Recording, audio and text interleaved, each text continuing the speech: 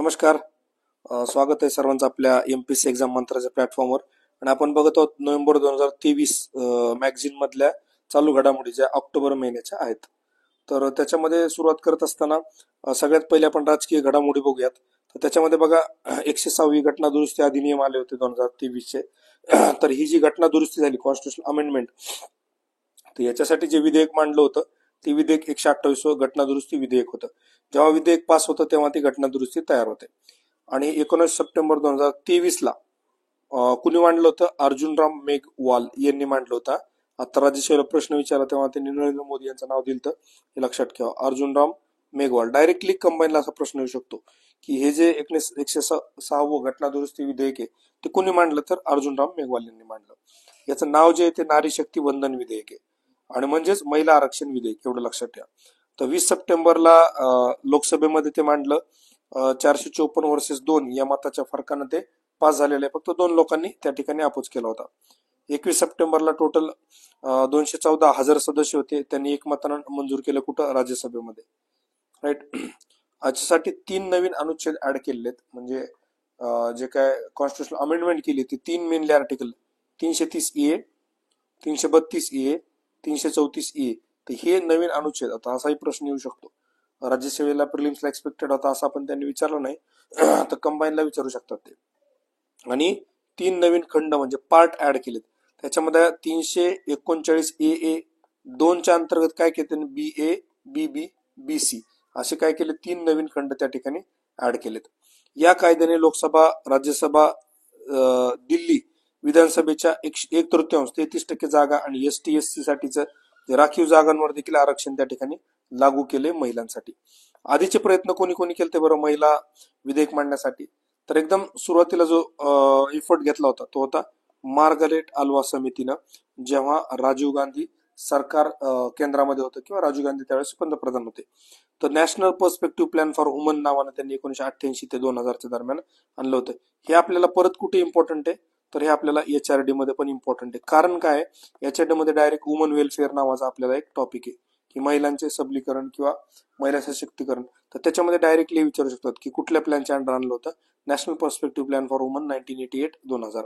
आणि महिला आरक्षणाची शिफारस 1996ला पहिले महिला विधेयक मांडलं होतं ऍक्च्युली, आणि ती 81वी घटना दुरुस्ती विधेयक होतं. 2008 मध्ये मनमोहन सिंग सरकार जे होतं त्यांनी पण 108वं घटना दुरुस्ती मांडलं होतं, परंतु ते लोकसभा विसर्जित झाल्यामुळे ते काय पुढे कंटिन्यू झालं नाही. तर सक्सेसफुल अटेम्प्ट जो आहे नरेंद्र मोदी पंतप्रधान असताना झालेला आहे. आता पुढचं बघा, बिहारमध्ये जातीनिहाय जनगणनाची आकडेवारी समोर आली. बिहारनं कास्ट सेन्सस केलेला होता. तर त्याच्यामध्ये एकूण लोकसंख्या त्यांची 13.07 कोटी. त्याच्यामध्ये 63.14% OBC plus EBC economically backward class, EBC असे दोन्ही मिळून किती आहेत? 63.14%. त्याच्यामध्ये सगळ्यात जास्त डॉमिनंट जे आहे 14.26% यादव कम्युनिटी आहे. आपण सगळे लालू प्रसाद यादव, मुलायम सिंग यादव, जे काही यादव कंपनी आहे ती सगळ्यात मोठी डॉमिनंट आहे. जसं महाराष्ट्रामध्ये मराठा डॉमिनंट कास्ट आहे तसं तिकडे ईबीसीचा 36.01%, ओबीसी 27%. इकॉनॉमिकली बॅकवर्ड क्लास तसा विचार केला तर खूप जास्त मोठी कॅटेगरी बघायला मिळते. 2 नंबरला ओबीसी 27.14. ऍक्च्युली केंद्रामध्ये सेंट्रलला जे ओबीसीचं रिझर्वेशन आहे ते पण 27% हे आपल्याला माहिती आहे. एससी 19 जवळपास 20% आहे, आणि एसटी जवळपास 2%च्या आसपास आहे. धर्मीय जर बघितलं तर हिंदू मेजॉरिटी आहे, जवळपास 82% हिंदू पॉप्युलेशन आहे, आणि मुस्लिम जर बघितले तर आपल्याला 17.7% बघायला मिळते. त्याच्यानंतर संसदेचे विशेष अधिवेशन आतापर्यंत फक्त 9 वेळा विशेष अधिवेशन झालं, त्यामुळे हे थोडंसं महत्वाचं आहे. संसदेचे विशेष अधिवेशन 17व्या लोकसभेचे ते 13व्या अधिवेशन होतं, आणि नुसतं विशेष जर म्हणलं तर 9वं अधिवेशन होतं. नव्या संसदेतील पहिले अधिवेशन, याच्यावर पण प्रश्न यावेळेस विचारला होता. नव्या संसदेतील पहिलं जे आहे तर ते अधिवेशन हे होतं विशेष. आणि 128वी घटना दुरुस्ती विधेयक त्यांनी मंजूर केलं, म्हणजेच थोडक्यामध्ये हे. तर हा शेवटचं स्टेटमेंट राज्यसभेला टाकलेलं हे होतं. नव्या संसदेतील पहिले अधिवेशन होतं. एकूण 5 दिवसांचं झालं. विशेष अधिवेशन राज्यघटनेत उल्लेख नाहीये. म्हणजे विशेष अधिवेशन घेण्याचं आपल्या कॉन्स्टिट्यूशन मध्ये काहीच मेन्शन केलं नाही. घटना आपली जी आहे राज्यघटना त्याच्यामध्ये याच्याबद्दल काहीही बोललेलं नाही. आंतरराष्ट्रीय वकील परिषद कुठं झाली? नवी दिल्लीला. परत राज्यसेवाचा प्रश्न. नाही म्हटलं तरी या एका पेपरमधून राज्यसेवेला खूप सारे प्रश्न त्या ठिकाणी आपल्याला बघायला मिळतात. नवी दिल्ली इथं आंतरराष्ट्रीय वकील परिषद 2023 उद्घाटक नरेंद्र मोदी होते, हे आपल्याला माहिती असणं गरजेचं आहे. त्यानंतर सरपंच संवाद मोबाईल ऍप, ते सरपंच संवाद मोबाईल ऍप लॉन्च केलेलं आहे. कुणी? तर क्वालिटी काउन्सिल ऑफ इंडियानं विकसित केलेलं आहे आणि विकसित भारतातील सर्व सरपंचांना जोडण्यासाठी, थोडक्यात ऑल इंडिया लेवलचे जे सरपंच आहेत त्यांना एकत्र करण्यासाठी सरपंच संवाद. फक्त हे कुणी विकसित केलं? तर क्वालिटी काउन्सिल ऑफ इंडिया, एवढं लक्षात ठेवा. ही ऑर्गनायझेशन आपल्याला HRD मध्ये पण महत्वाची आहे, त्यामुळे हे ऍप पण लक्षात ठेवा, सरपंच संवाद मोबाईल ऍप. मध्य प्रदेश सरकारी योजनेमध्ये महिलांना त्यांनी किती दिले? 35% आरक्षण दिले, 35%. आपल्याकडे आपण सहसा 33% देतो, त्यांनी महिलांना सरकारी नोकरीमध्ये 35% आरक्षण दिलं, त्यामुळे हे लक्षात ठेवा मध्य प्रदेश. बिहारनं EWS ला 10% आरक्षण कुठे दिले? न्यायिक सेवांमध्ये, म्हणजे ज्युडिशियल सर्व्हिसेस जे आहेत, ज्युडिशियल सर्व्हिसेस तिथे. त्रिपुरानं काय केलं बाबा? ई कॅबिनेट प्रणाली चालू करणारं चौथं राज्य. याच्या आधी 4 राज्यांनी ई कॅबिनेट प्रणाली चालू केली, त्यात एक पुढचं पाऊल हे त्रिपुरानं टाकलेलं आहे. पुढचं बघा, चाचा चौधरी व चुनावी दंगल. हे खूप इंटरेस्टिंग आहे. इलेक्शन कमिशननं काय केलं हे बघा, हे फोटो बघा तुम्ही, चाचा चौधरी और चुनावी दंगल. तर हे मॅगझिन जे आहे ना, हे कशासाठी वापरलं माहिती? इलेक्शन कमिशननं की युथ मध्ये, म्हणजे नवीन पोरांमध्ये इलेक्शन बद्दल जागृती तयार व्हावी म्हणून इलेक्शन कमिशनचा उपक्रम प्लस प्राण कॉमिकचं पुस्तक आहे. तर त्यातून लोकांना, म्हणजे पर्टिक्युलर युथला इलेक्शन मध्ये सहभागी होण्यासाठी एक प्रेरणा मिळावी या अर्थानं त्यांनी ते चालू केलं. पुढे जागतिक घडामोडी बघा, युनेस्को जागतिक वारशाचा दर्जा कुणाकुणाला दिला बघा? 41 जे शांतिनिकेतन पश्चिम बंगाल मधलं बघा, शांतिनिकेतनची बिल्डिंग बघा, आहे शांतिनिकेतन, राईट. आणि त्याच्यानंतर होयसाळ होयसाळ जे आहे आर्किटेक्चर कर्नाटक मधलं, त्याला 42. याला ऍक्च्युली आता मी व्हिजिट करून आलोय होयसाळा. हे मी तुम्हाला याच्या आधी पण कधीतरी सांगितलं होतं राज्यसेवेच्या आर्किटेक्चरच्या लेक्चरमध्ये.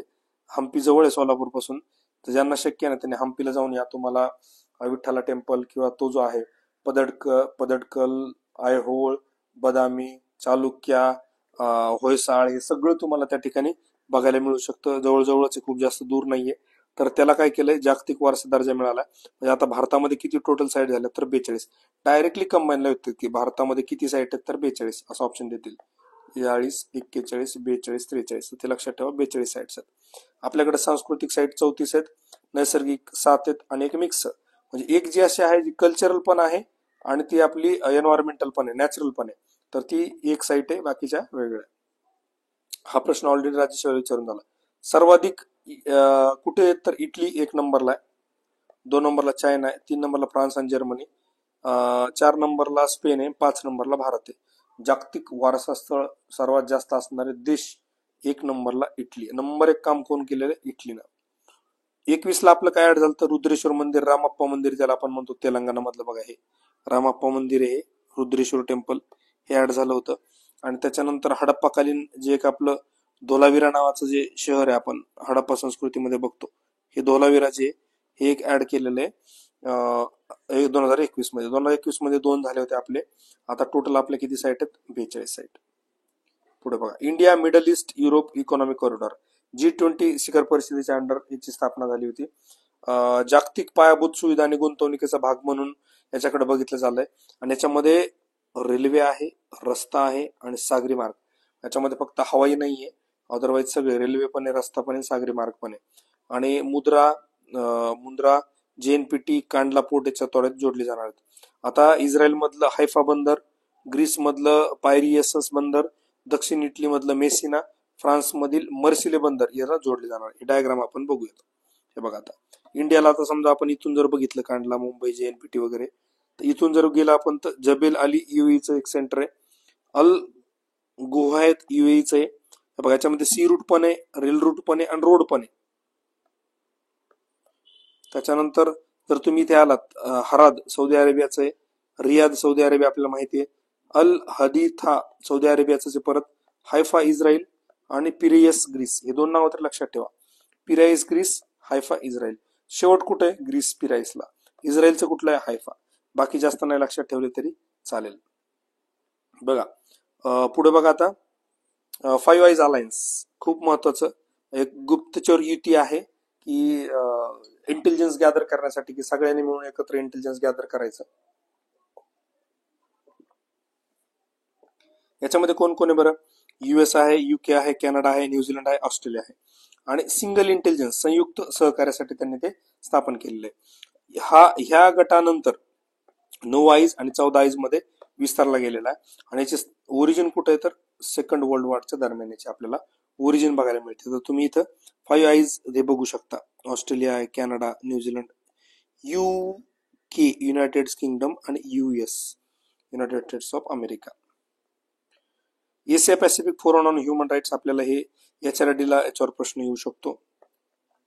तर दिल्लीला याचे हेडक्वार्टर आहे. स्थापना 1996 ला आहे आणि संपूर्ण मानवाधिकार संस्थांना एकत्र करते.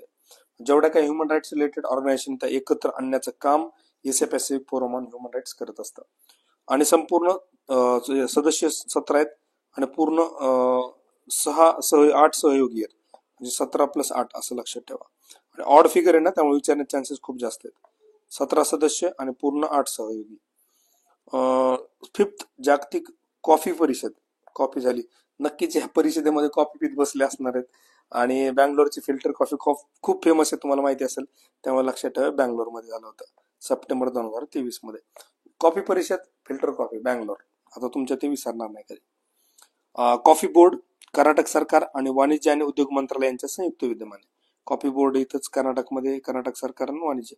ग्लोबल इनोव्हेशन इंडेक्स, जिथं नवीन नवीन गोष्टी विपोद्वारे काढला जातो. या इंडेक्स मध्ये भारत 40व्या क्रमांकावर आहे आउट ऑफ 132. हे लक्षात ठेवा. आणि नंबर 1 काम कोण केलं? Switzerland, Sweden. लास्टला कोण आहे? अंगोला. त्याला अंगोला करून फिरायची सवय आहे ना, त्याच्यामुळे त्याच्याकडून काहीच इनोव्हेशन होत नाही. लक्षात ठेवा अंगोला. इंडियन ओशन रिम असोसिएशन. कधी कधी काही काही गोष्टी फार तुम्हाला विचित्र वाटत असतील किंवा फालतूपणा वाटत असेल, पण ते लक्षात राहून जातं, परीक्षेत क्लिक होतं ते.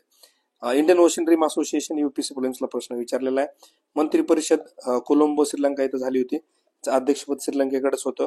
आणि ही संकल्पना 1995 ला नेल्सन मंडेला यांनी मांडली होती. त्याचे 23 सदस्य आहेत. बघा, ऑड सदस्य आहेत परत, हे लक्षात ठेवा. इंडियन ओशन रिम असोसिएशन 23 सदस्य.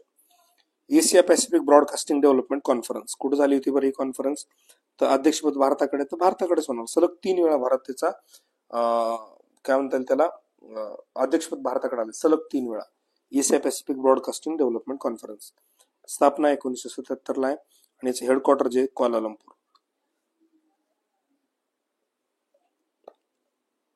जागतिक बुक निर्देशांक खूप महत्वाचा. भारताचा क्रमांक 111, 125 पैकी. सिरियस लेवलला आपण आहोत, हे लक्षात घ्या. आणि आपल्या शेजारी पाजाऱ्या देशांचे आपल्यापेक्षा खूप चांगले स्कोर आहेत. याच्या बाबतीमध्ये आपल्याला थोडीशी वाटली पाहिजे का आपण बुकीमध्ये एवढं का बरं मागे आहोत. सरासरी गुण आपल्याला 28.7 मिळाले. तळातील देश बघा, सेंट्रल आफ्रिकन युनियन. म्हणजे आपण ह्या देशांच्या पंक्तीत जाऊन बसतोय का काय, अशी भीती आपल्याला वाटायला लागली. गव्हर्नमेंट ऑफ इंडियानं याला नाकारलं होतं, त्यामुळे हा जास्त चर्चेत राहिला होता. आपलं गव्हर्नमेंट ऑफ इंडिया काय म्हटलं की असं काही नसतं, यांचं फेक आहे सगळं. गव्हर्नमेंटने नाकारल्यामुळे जास्त चर्चेत आलं, त्यामुळे हा इम्पॉर्टंट आहे. तळातील देश, त्याला concern world wide and wealth hunger life, याची जी थीम होती, काय थीम होती बरं? Concern world wide and wealth hunger life. आता वर्ल्ड इकॉनॉमिक आउटलुक नावाचं एक पब्लिकेशन असतं, तर ते आहे IMFचं प्रकाशन.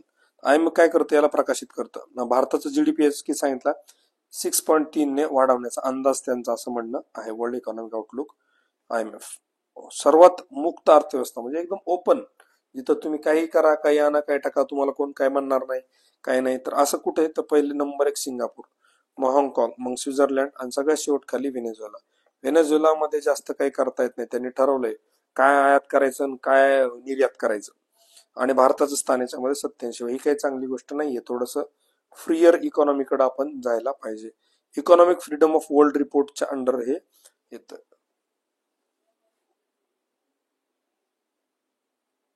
आता बघा, सेकंड लार्जेस्ट हिंदू टेम्पल कुठे माहिती का? न्यू जर्सी, अमेरिकेला स्थापन केलं. पण नंबर 1 सर्वात मोठं कुठं? अक्षरधाम मंदिर, जे दिल्लीला आहे. आणि ते गुरुवारी बंद असतं, हे मला माहितच नव्हतं.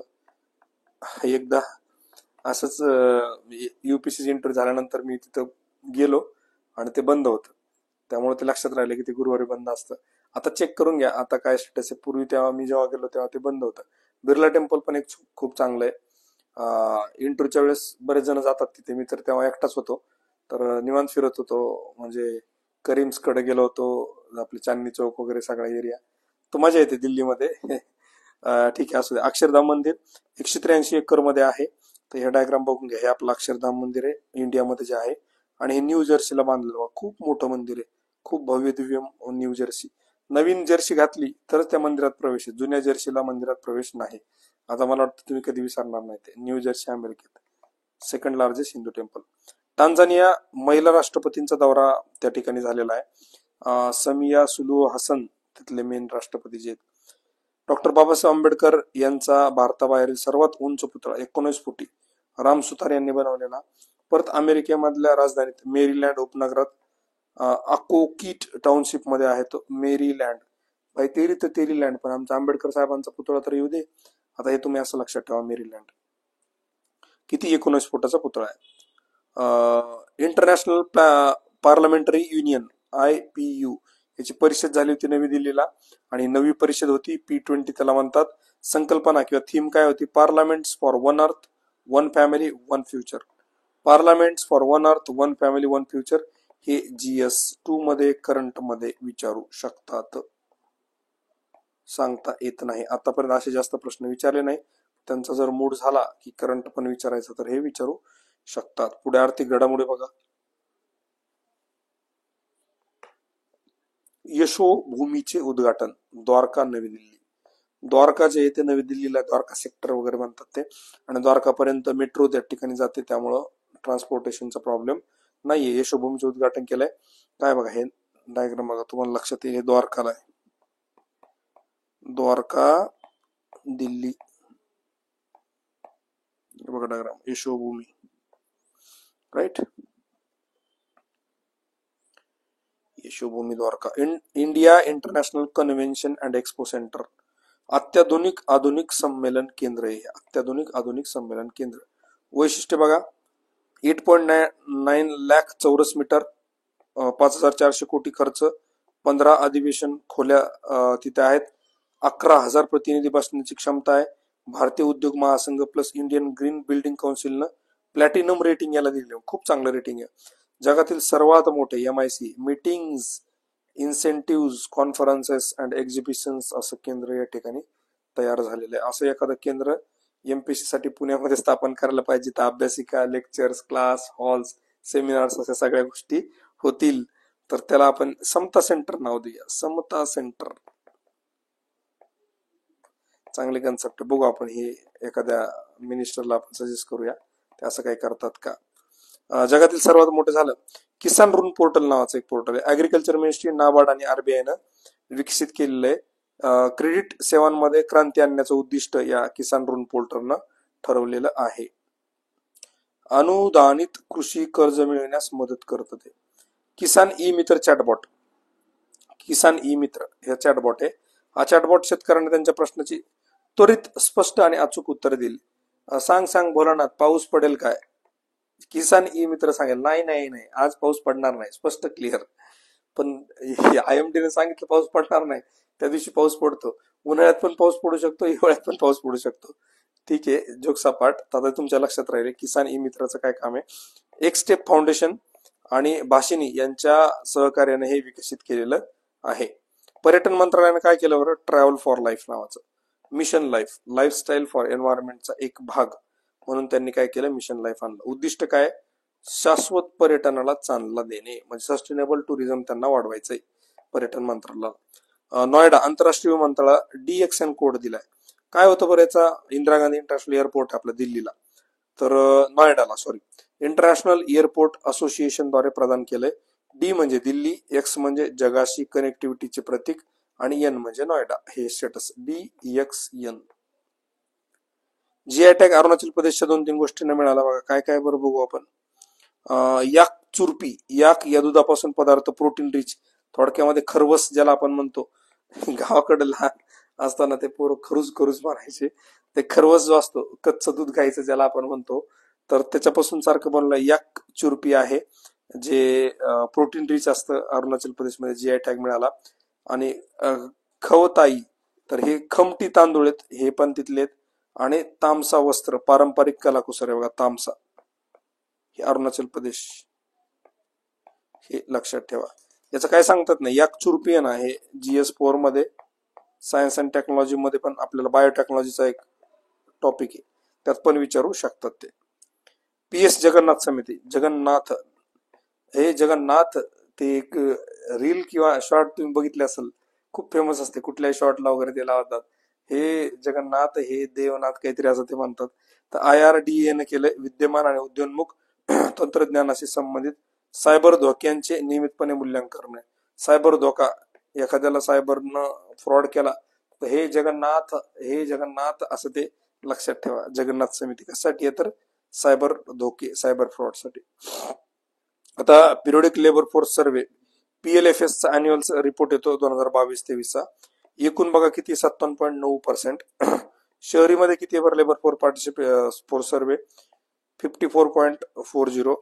आणि त्याच्यानंतर ग्रामीणमध्ये जर बघितलं तर 60.80. पुरुषांचा 78, महिला कमी. पुरुषांमध्ये जास्त हे लक्षात ठेवा, ग्रामीणमध्ये जास्त हे लक्षात ठेवा. ग्रामीण जास्त, पुरुष जास्त. आणि world population worker population ratio किती, 56%. बेरोजगारी दर किती याच्यानुसार, 3.2%. त्यामुळे बेरोजगारी दर फार कमी आहे.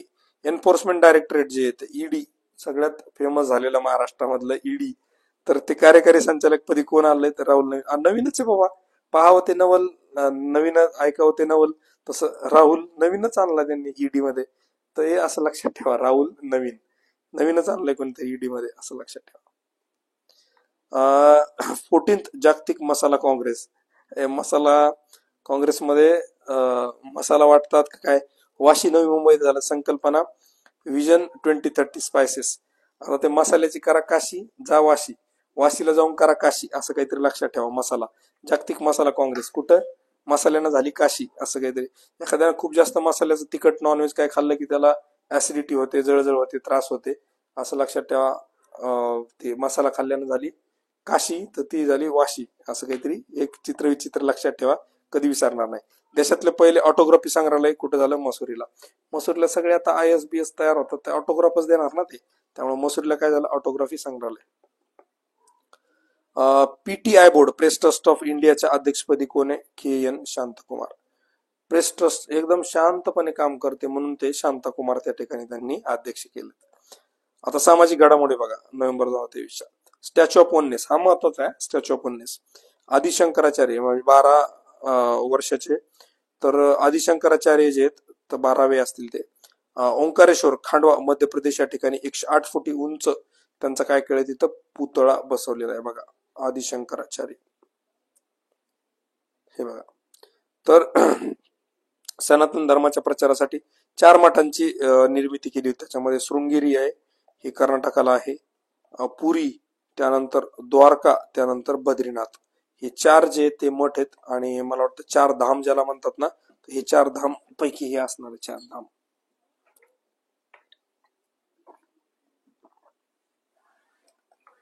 ते 4 धाम करून आल्यानंतर आमच्या गावाकडे ते लोक लग्नात जेवत नाहीत, मग त्यांना सेपरेट जेवायची सुविधा, एकदम प्रिव्हिलेज्ड कम्युनिटी तयार होते ती. किंवा काशीला जाऊन आला म्हणतात खूप जण, काशी करून आलाय, तर ते दोन्ही अर्थानं वापरतात. काशी करून येणे म्हणजे देवदर्शन करून येणे, आणि काशी करून येणे म्हणजे काहीतरी चुकीचं वाईट करणे या अर्थानं पण. ते म्हणजे काशी करून आलाय तो, तर त्या अर्थानं ते असं लक्षात ठेवा. स्टॅच्यू ऑफ वननेस कुठे आहे तर ते ओंकारेश्वर, खांडवा, मध्य प्रदेश. पंडित दीनदयाळ उपाध्याय यांचा सर्वात उंच पुतळा दिल्लीला बसवला, 72 फुटाचा.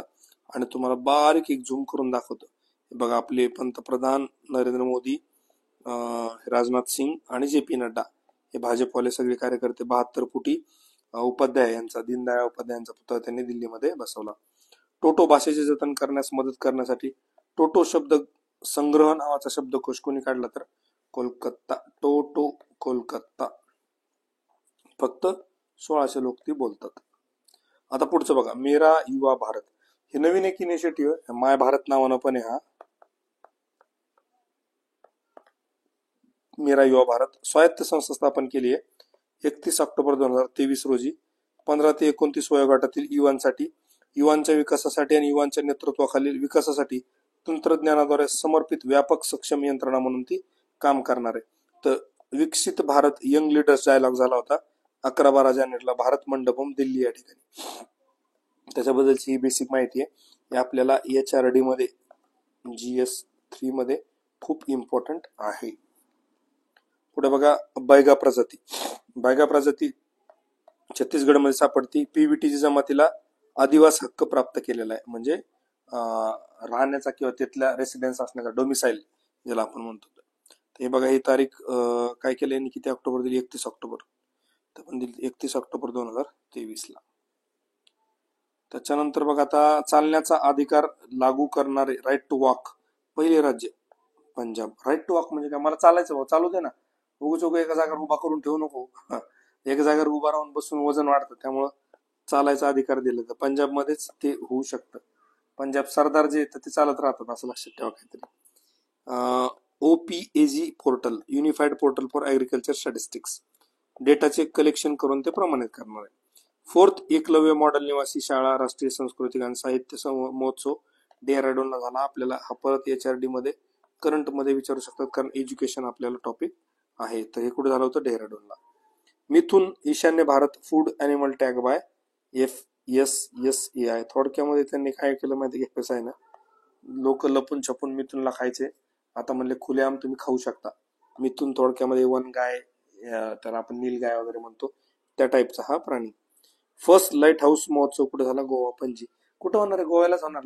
लाईट हाऊस कुठे असतात, समुद्राच्या कडेला, जिथं बीचवर वगैरे ते शिप्स वगैरे येतात त्या ठिकाणी. कुठे जास्त बीच म्हणलं की आपल्या गोवा आठवतं, दुसरं काहीच नाही. कोल्हापूरवाले तर उड बस 25 डिसेंबर आलं चला गोव्याला, 1 जानेवारी आलं चला गोव्याला, बोर झालं उठले रिडिंग मधून गेले गोव्याला, त्यांना थोडं जवळ पडतं म्हणून उठसूट गोव्याला जातात.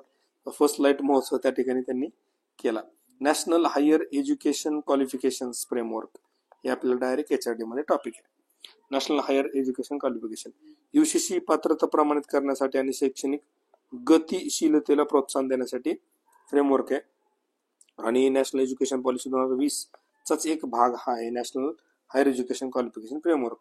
आणि हे फ्रेमवर्क शिक्षणाचे 8 स्तरांमध्ये वर्गीकरण करते. त्यातले पहिले जे 4 आहेत ते स्कूल एज्युकेशन रिलेटेड आहेत. आता नॅशनल मेडिकल कमिशन 10 वर्षांसाठी वर्ल्ड फेडरेशन फॉर मेडिकल एज्युकेशनचा मान्यता दर्जा त्या ठिकाणी मिळालेला आहे. WFME दर्जाने बाहेरील देशात पदव्युत्तर प्रशिक्षण आणि सराव करण्यास भारतीय वैद्यकीय पदवीधर सक्षम होतील. आपल्या ग्रॅज्युएट पोरांना जे MBBS वगैरे होतील ना, तर त्यांना बाहेर देशात जाऊन पण PG करता येणार. म्हणजे MBBS केलंय संभाजीनगरला किंवा मुंबईला, आणि PG कुठे केलंय तर वॉशिंग्टनला किंवा न्यूयॉर्कला किंवा कुठेतरी केम्ब्रिजला. तर अशा प्रकारे ते होऊ शकतं. नॅशनल मेडिकल कमिशनला 10 वर्षांसाठीचा तो दर्जा. आता NMC मध्ये 1+33 सदस्य असतात. सध्याचे अध्यक्ष आहेत डॉक्टर सुरेंद्र चंद्र शर्मा. राईट, चंद्र शर्मा. नंतर बघा Times Higher Education the World University Ranking 2024. Times Higher Education तर 5 क्षेत्र 18 प्रमुख निर्देशांक आहेत त्याचे. IIT ने सलग 4थ्या वर्षी बहिष्कार याच्यावर टाकलेला आहे. आणि अव्वल भारतीय विद्यापीठ जे त्याच्यामध्ये नंबर 1 कामगिरी इंडियन इन्स्टिट्यूट ऑफ बँगलोर. इथे मी गेलो होतो, म्हणजे ते इनसाइट्स मध्ये असताना इनसाइट्सचा तिथं स्टॉल लावला होता, एक एक्झिबिशन होतं, तर त्या स्टॉलला रिप्रेझेंट करण्यासाठी आम्ही गेलो होतो. त्यानंतर अण्णा विद्यापीठ जे आहे, तर ते अण्णा विद्यापीठ 2 नंबरला आहे. जामिया मिलिया इस्लामिया. त्याच्यात काय झालं, अण्णा खूप पुढे करू लागले. अण्णाचा विषय खूप हार्ड आहे. अण्णाला म्हटलं अण्णा तुम्ही थोडं मागं थांबा, हे इंडियन इन्स्टिट्यूट ऑफ सायन्स जे आहे ना बँगलोरचं, हे खूप मोठं आहे, त्याला पुढे येऊ द्या 1 नंबरला. अण्णा तुम्ही थोडी दम मारा. तर अण्णा युनिव्हर्सिटी जी आहे ती 2 नंबरला गेली. जामिया मिलिया इस्लामिया 3 नंबरला गेली. राईट, तर ही IITचे नाव पण दिली तिथं, मुंबई, दिल्ली, कानपूर, मद्रास, रुड़की आणि खरगपूर. तर महात्मा गांधी विद्यापीठ त्याच्यानंतर. महात्मा गांधी आपल्या निवांत सगळ्या शेवटी येणार 4 नंबरला 5 नंबरला. अव्वल जागतिक विद्यापीठामध्ये म्हणजे जगात भारी, जगात जर्मनी, भारतात परभणी सारखं जगात भारी विद्यापीठ कुठले कुठले तर ते बघा. ऑक्सफोर्ड आहे, स्टॅनफोर्ड आहे, MIT मॅसेच्युसेट. बरं, MIT आपली कर्वेनगर कोथरूडवाली MIT नाही, MIT USA, हार्वर्ड येते आणि केम्ब्रिज. हे टॉपच्या ज्या काही युनिव्हर्सिटी आहेत तर त्या जगामध्ये रँकिंगला आहेत. ऑक्सफोर्ड सगळ्यात भारी डिक्शनरी म्हणून ते 1 नंबरला आलेलं आहे. 2 नंबरला Stanford. India ageing report. Ageing report म्हणजे काय बरं, की म्हाताऱ्या माणसांचं प्रमाण वगैरे किती लोक म्हातारे होत चाललेत, त्या अनुषंगानं United nations fund population UNFPA India plus IIPS Mumbai यांचे ठळक मुद्दे त्यांनी मांडले. त्यात काय काय सापडलं ह्या रिपोर्टमध्ये, तर एक गोष्ट सापडली, वृद्ध लोकसंख्या वाढीचा दर आहे 41%. 2050 पर्यंत 20% लोकसंख्या वृद्ध होणार आहे आपल्याकडं. आणि 80+ जे आहेत म्हणजे 297% ने वाढणार अप टू 2025 पर्यंत. त्याच्यानंतर 40% पेक्षा अधिक वृद्ध गरीब आहेत. आणि लिंग गुणोत्तर वाढत आहे, वृद्ध लिंग गुणोत्तर वाढत आहे. ऑब्विसली संख्या वाढल्यावर वाढणार. आता पर्यावरणाच्या बाबतीमध्ये सगळ्यात पहिली न्यूज बघा, UN क्लायमेट अँबिशन समिट झाली होती. UN क्लायमेट अँबिशन कुठे झाली होती? न्यूयॉर्कला झाली होती. भारत, चीन, अमेरिका याने अनुपस्थित दाखवले. आपल्याला एवढं अँबिशन नाही आमचं, अजून आमच्या पोटा पाण्याचे वांद आहेत आणि तुम्ही एकदम क्लायमेट चेंज अँब्युलन्स कडे चालले. त्यामुळे भारतानं चीननं काय केलं? अनुपस्थिती दाखवली. हे फार महत्वाचं आहे, त्यामुळे याच्यावर लक्ष ठेवा. या शिखर परिषदेचे मध्यवर्ती उद्दिष्ट पॅरिस कराराची 1.5 डिग्री तापमान मर्यादा कायम राखणे आहे. काय झालंय आता सध्या अशी विषय की 2 डिग्री पर्यंत वाढेल असा अंदाज आहे. आपल्याला ते 1.5 पर्यंत म्हणजे थांबवायचे. त्यासाठी ते प्रयत्न करण्यासाठी ती UN क्लायमेट अँबिशन समिट त्या ठिकाणी होती.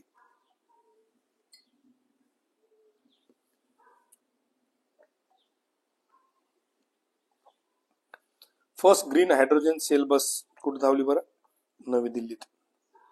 बघा इथं लिहिलं यांनी, Indian oil pioneering green hydrogen mobility. हा पण प्रश्न येऊ शकतो न्यू दिल्लीमध्ये. आणि कशाने? Indian oil. कोनो कार्पस ट्री ला गुजरातमध्ये बंदी. विदेशी प्रजाती आहे, चांगली नाहीये, घातक आहे म्हणून conocarpus. Methane emission in livestock and rice system आपण बघितलं. मिथेनचं उत्सर्जन जिथं जनावर वगैरे आहेत तिथं. तर FAO फूड ऍग्रिकल्चर ऑर्गनायझेशन जे त्यानं काय म्हटलंय, 32% उत्सर्जन पशुधन आणि खत व्यवस्थापन, 8% वाटा भात शेतीचा.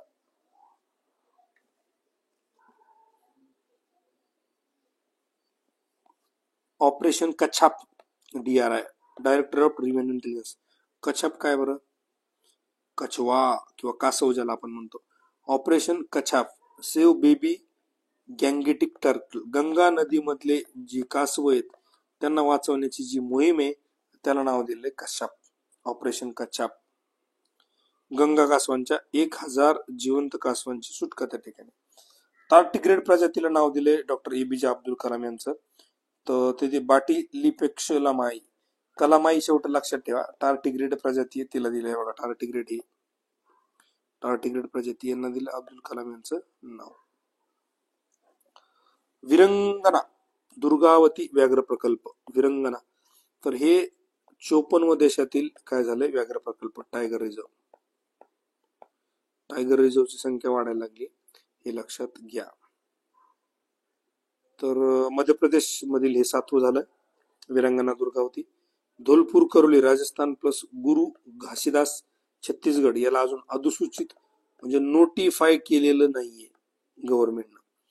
91 जे होतं तर ते श्री विली पुथूर मेघलाई तमिळनाडूमध्ये 21ला दिलं. 52 रामगड विषधारी राजस्थान 22ला. आणि 53 जे होतं राणीपूर उत्तर प्रदेश 2022ला. आता डायरेक्ट जे आलं 2023ला 54 विरंगना दुर्गावती व्याघ्र प्रकल्प. हेल्थ वे भारतातील पहिला सोलार रूफ सायकलिंग ट्रॅक कुठं आला? हैदराबाद. हे जे आहे ते हे कुठलंय? हैदराबाद म्हटलं. गंगा डॉल्फिन राज्य जलचर प्राणी म्हणून कोणी घोषित केलं? उत्तर प्रदेश. ऑब्विसली गंगा जास्त उत्तर प्रदेश मधून सगळ्यात जास्त वाहणारी नदीच गंगा आहे, त्यामुळे गँगेटिक डॉल्फिनला त्यांनी राज्य प्राण्याचा दर्जा दिला. विज्ञान राज्य जलचर प्राण्याचा. विज्ञान आणि तंत्रज्ञान काय? निपाह निदानासाठी टूनेट चाचणी. टूनेट TB आणि COVID-19 साठी वापरले जाते. RT-PCR पॉलिमरेज चेन रिॲक्शन जे असतं त्याच्या आधारावरची ही आहे. निपाह काय सांगतो? विषाणू संसर्ग, झुनोटिक रोग आहे आणि मानवाला संक्रमण होऊ शकतं निपाह पासून.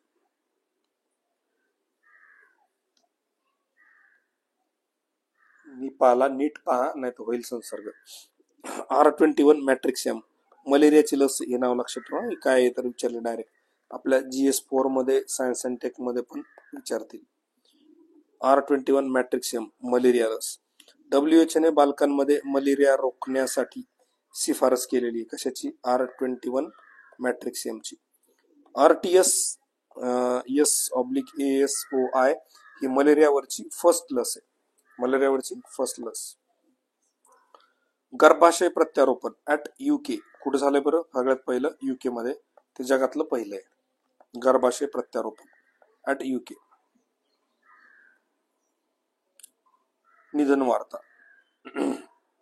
प्राध्यापक हरी नरके, ज्येष्ठ विचारवंत, संशोधक, लेखक, 60 वर्ष वय त्याचं होतं. ही महत्वाची पर्सनॅलिटी महाराष्ट्र दृष्टिकोनातून. पुरोगामी चळवळींसाठी त्यांनी काम केलेलं आहे. समता परिषदेच्या माध्यमातून ओबीसी प्रश्नावर आवाज. आता जे भुजबळ साहेब समता परिषद करताय ना, त्यामध्ये हरी नरके यांचा खूप मोठा वाटा आहे. राज्य मागासवर्ग आयोगाचे सदस्य ते होते. पुण्यातील भांडारकर प्राच्य विद्यासंस्थेवर पण कार्यरत होते. महाराष्ट्र शासनाने त्यांना समग्र महात्मा फुले नावाचा 1000 पानांचा ग्रंथ संपादक त्याचा नरके, म्हणजे गव्हर्नमेंटचा जो आहे तर त्याला संपादित कोणी केलंय? नरके यांनी. प्रसिद्ध पुस्तक कुठलं आहे त्यांचं? महात्मा फुले यांची बदनामी, एक सत्य शोधन. त्याच्यानंतर MS स्वामीनाथन यांच्यावर ऑलरेडी खूप महत्वाचा टॉपिक आहे हा. हरित क्रांतीचे जनक आहेत, भारतीय हरित क्रांतीचे पर्टिक्युलरली. 98व्या वर्षी निधन झालंय त्यांचं. कुठं? चेन्नईमध्ये. खूप वर्ष जगले, म्हणजे 98 वर्ष मला असं वाटतं खूप कमी लोकांना तिथपर्यंत जगता येतं. पूर्ण नाव मक्कोंबू संबाशिवन स्वामीनाथन, म्हणून MS स्वामीनाथन यांना म्हणतात. नाव घ्यायला एवढे अवघड आहेत ना, त्यामुळे शॉर्ट फॉर्म केलेले असतात. पण आजकाल काय झालं, आपल्याकडे बरेच लोक काय करतात की एखादा आमचा मित्र आहे गणेश मोटकर, तर त्याला आम्ही म्हणायचं जी मोटकर, किंवा एखादा आता नाव एखाद्याचं काय प्रकाश मोरे तर पी मोरे, असं शॉर्ट फॉर्म वापरतात बरेच जण ते साऊथचं वाटण्यासाठी. त्यातले प्राध्यापक वगैरे जे बरेच जण तसं करतात. MS स्वामीनाथन तसं नाव आहे, मक्कोंबू संबाशिवन स्वामीनाथन. आणि जन्म त्यांचा कुंभकोणम तमिळनाडू इथं झाला. सौम्य स्वामीनाथन या त्यांच्या कन्या आहेत. WHO च्या मुख्य शास्त्रज्ञ, ते नाव लक्षात ठेवा, सौम्य स्वामीनाथन. सौम्य सरकार नावाचा बॅट्समन ऑलराऊंडर आहे बांगलादेशचा. मंगला नारळीकर, जास्त महत्वाचं नाही, त्यांची डेथ झालेली आहे. जयंत नारळीकर यांच्या पत्नी आहेत. त्या गणितात MA पदवी त्यांना मिळालेली आहे. पुस्तक दोस्ती गणिताशी गणित गप्पा नावाचं पुस्तक आहे त्यांचं. बालभारती गणित समितीचे अध्यक्षपद पण त्यांनी भूषवलेलं आहे. बालभारती गणित समितीचे अध्यक्षपद त्यांनी भूषवलेलं आहे. तर छान नाव आहे, गणित गप्पा.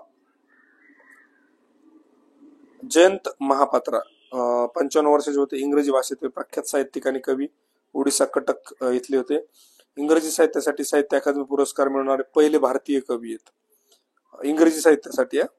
पद्मश्री 2009 ला मिळाला, 2015 ला परत त्यांनी केला होता. काहीतरी इन्सिडेंट झाला असणार, कशात तरी राग आला असणार. जसवंतीबेन पोपट, तर ह्या लिज्जत पापडच्या सहसंस्थापिका, 93व्या वर्षी देत.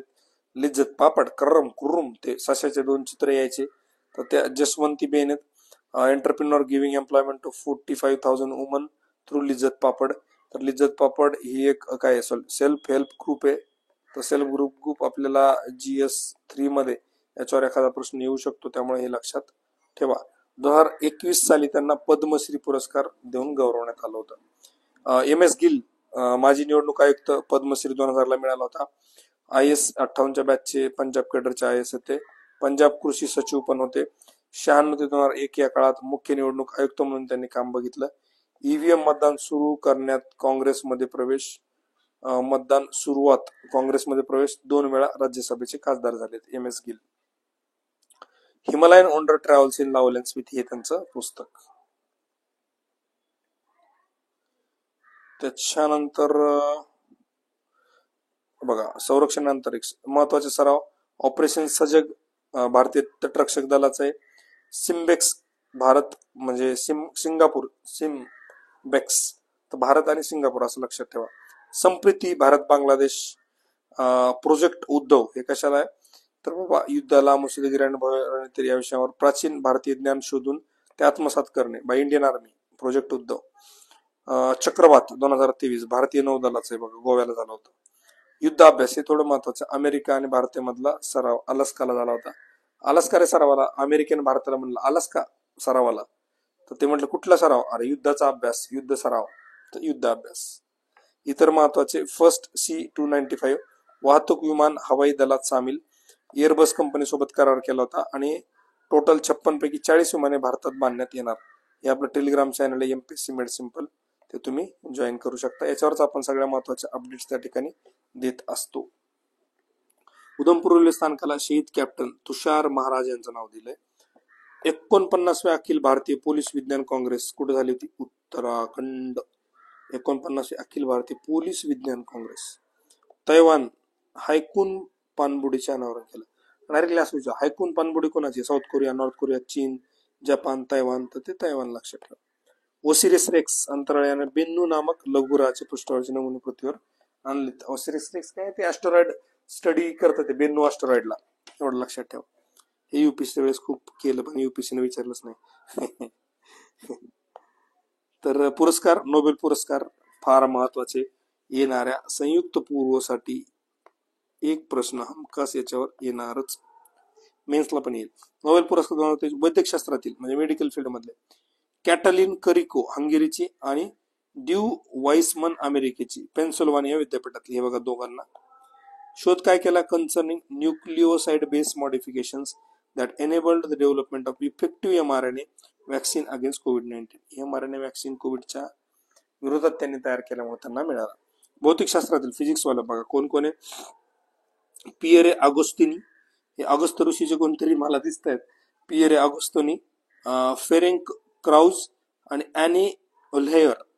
कसं वाचायचं बरं याला? उल्हेयर काहीतरी असं वाचू शकतो आपण, एवढं लक्षात ठेवा. पियरे अगोस्तोनी ते फिजिक्सवाले आहेत. शोध काय लावलाय? For experimental method that generates attosecond pulse of light for the study of electron dynamics in matter. Electron dynamics एवढा शब्द लक्षात ठेवा. रसायनशास्त्रातील केमिस्ट्रीवाले नोबेल प्राइज 2023. मॅगी बावेंडी युएसच्या, Louis Brus USA, Alexei Ekimov Russian American. काय शोध आहे? For discovery and synthesis of quantum dots. Quantum dots. साहित्यासाठी नोबेल उवान फॉस नॉर्वे. लेखक नाटककार नॉर्वेजियन विनॉर्स्क भाषामध्ये लिहितात. नी नॉर्क्स, युवान फॉर्स. त्यानंतर बघा 40 नाटके, कादंबऱ्या, लघुकथा, कविता, ललित, फलित सगळं त्यांनी त्या ठिकाणी केलेलं आहे. शांततेसाठीचा नोबेल नरगिस मोहम्मदी. महिला आहे आणि चांगलं काम केलं, याच्यावर खूप इम्पॉर्टंट प्रश्न विचारला जाऊ शकतो. इराणच्या आहेत आणि मानवाधिकार कार्यकर्ते आहेत. त्यांनी तुरुंगात असलेल्या मानवाधिकार कार्यकर्त्या किंवा इराणमधील महिलांवर होत असलेले अत्याचार, अन्याय त्याच्या विरुद्ध त्यांनी आवाज उठवला, म्हणून त्यांना शांततेचं नोबेल पारितोषिक मिळालेलं आहे. अर्थशास्त्रासाठीच बघा, अर्थशास्त्रासाठी Sveriges Riksbank prize in economic science in memory of Alfred Nobel 2023. Claudia Goldin, Harvard university Nobel prize. कारण मला क्लाउडिया गोल्डिन USA ला 3rd फिमेल आहेत त्यांना अर्थशास्त्रातलं नोबेल मिळालं. हार्वर्ड विद्यापीठाच्या प्राध्यापिका आहेत. नोबेल पुरस्काराच्या बक्षीस रकमेत 11 दशलक्ष क्रॉन्सची वाढ झालेली. 53वा दादासाहेब फाळके पुरस्कार 2021. अजून खूप जुने पुरस्कार चालू आहेत, नवीन अजून आलेच नाहीत. वहिदा रहमान यांना जाहीर झाला. तमिळ चित्रपटातून त्यांनी पदार्पण केलं. तुम्ही बघा त्यास थोडं वर केस बांधलेला असायचे. वहिदा रहमान चेहरा लक्षात येऊ शकतो. CID हा पहिला सिनेमा त्यांचा होता. अलीकडचे दिल्ली 6, रंग दे बसंती, विश्वरूपम चित्रपटात पण काम केलेले त्यांनी. पुरस्कार पद्मश्री 72ला, पद्मभूषण 11ला, फिल्मफेअर जीवन गौरव 94ला आणि आयफा जीवन गौरव पण त्यांना मिळालेला आहे. आत्मचरित्र काय? Conversations with Waheeda Rehman. दादासाहेब फाळके पुरस्काराबद्दल बघा. भारतीय चित्रपट सृष्टीचे जनक असं त्यांना आपण म्हणतो. स्थापना 1969ला. स्वरूप काय? तर स्वर्ण कमळ. तर 10 लाख रोख बक्षीस. मागील विजेते काय? 21ला वहिदा रहमान, 20ला आशा पारेख, 19ला रजनीकांत, 18ला अमिताभ बच्चन आणि 17ला विनोद खन्ना. म्हणजे वहिदा रहमान हे लेटेस्ट आहेत 21च्या आणि त्याच्या आधी आशा पारेख 20च्या. एवढे दोनच लक्षात ठेवा. नवीन विज्ञान पुरस्कारांची घोषणा. राष्ट्रीय विज्ञान पुरस्कार हे बघा, हे लक्षात. 3 विज्ञान रत्न, 25 विज्ञानश्री, 25 युवा विज्ञान शांतीस्वरूप भटनागर पुरस्कार आणि 3 विज्ञान संघ. हे फक्त इथंच आहेत. दरवर्षी 11 मे रोजी राष्ट्रीय तंत्रज्ञान दिवस असतो. त्या दिवशी रोख रक्कम याच्यामध्ये मिळत नाही, 13 क्षेत्रामध्ये मिळतं. आणि PIO साठी कुठले अवेलेबल आहेत? 1 विज्ञान रत्न आहे, 3 विज्ञानश्री, आणि विज्ञान संघासाठी हे पात्र नाही, PIO, एवढं लक्षात ठेवा. सरस्वती सन्मान 2022चा तमिळ लेखिका शिवशंकरी यांच्या सूर्यवंशम साठी त्यांना काय केलंय, सरस्वती सन्मान हा अवॉर्ड मिळालेला आहे. 15 लाख लोक आणि सन्मान चिन्ह त्यात मिळतं. पहिले विजेते कोण आहेत? हरिवंशराय बच्चन. सरस्वती सन्मान जिथून सुरू होतो तिथं तुम्हाला सुरुवातीला दिसतील हरिवंशराय बच्चन. 1951 सालापासून दरवर्षी के बिर्ला फाउंडेशन तर्फे दिला जातो. सरस्वती सन्मान म्हणले की के बिर्ला लक्षात ठेवा. 22 भाषांसाठी दिला जातो मागील 10 वर्षातील कलाकृतींसाठी. किती? फक्त मागचे लास्ट 10. ऑस्कर पुरस्कार 96/2023 ला पार पडले. सर्वोत्कृष्ट आंतरराष्ट्रीय चित्रपट all quite on the western front, Germany particular, तिकडे सगळं शांत चालू आहे अशा अर्थानं या चित्रपटाला. 2018 एव्हरीवन इज हिरो मल्याळम चित्रपट. त्याच्यानंतर बेस्ट इंटरनॅशनल फीचर फिल्मसाठी प्रवेशिका भारतातर्फे केली होती. कुणी? तर ह्या मल्याळम चित्रपटाने, एव्हरीवन इज हिरो. संगीत नाटक अकादमी अमृत पुरस्कार 84 कलाकारांना उपराष्ट्रपतींच्या हस्ते देण्यात आला. किती? 84. 75+ वर्ष वय, 1 लाख प्लस प्रमाणपत्र त्या ठिकाणी मिळतं. महाराष्ट्रातील विजेते कोण? बघा, प्रभाकर मांडे, लोककलेसाठी त्यांना मिळाला. त्यानंतर भिकल्या लाडक्या दिंडा लोकसंगीत तारवा. इतर महत्वाच्या पुरस्कार प्राप्त व्यक्ती स्वाती नाईक यांना काय? नॉर्मन ई बोरलॉग पुरस्कार 2023. ओडिसा सीड लेडी म्हणून त्यांना ओळखलं जातं. स्वाती नाईक सीड लेडी, हे लक्षात ठेवा, असं विचारतोय एमपीएससी बऱ्याच वेळेला. श्रेया धर्मराजन चेन्नई येथील 1 दिवसासाठी भारतातील ब्रिटिश उच्चायुक्त. राहुल मिश्रा फॅशन डिझायनर, फ्रान्सचा night of the order of the arts and letters पुरस्कार त्यांना काय मिळालेला? राहुल मिश्रा यांना मिळाला, फॅशन डिझायनर. रुई झियांग झांग शास्त्र रामानुजन पुरस्कार 2023, $10,000 ची रक्कम मिळाली. सुधा मूर्ती यांना ग्लोबल इंडियन अवॉर्ड मिळाला. सुधा मूर्तींना त्या राज्यसभेच्या मेंबर आहेत, हे लक्षात ठेवा, Rajya Sabha member. Canada India foundation तर्फे दिले जातो. $50,000 दरवर्षी त्या ठिकाणी देतात. Erica Robin Miss Universe Pakistan 2023 हे लक्षात ठेवा, एरिका रॉबिन. टाइम्स सर्वोत्कृष्ट कंपनी 2023 यादीमध्ये इन्फोसिसचं नाव आपल्याला त्या ठिकाणी बघायला मिळतं. त्यानंतर सर्वोत्कृष्ट ग्रामीण पर्यटन गाव पुरस्कार पर्यटन पाटगाव, लक्षात ठेवा, पाटगाव पर्यटन, 27 सप्टेंबर जागतिक पर्यावरण दिनानिमित्त. आणि कोल्हापूर जिल्ह्यामधलं हे बुदरगड तालुक्यातील पाटगाव आहे, ज्याला आपण ओळख म्हणतो मधाचे गाव. कुठलं? पाटगाव.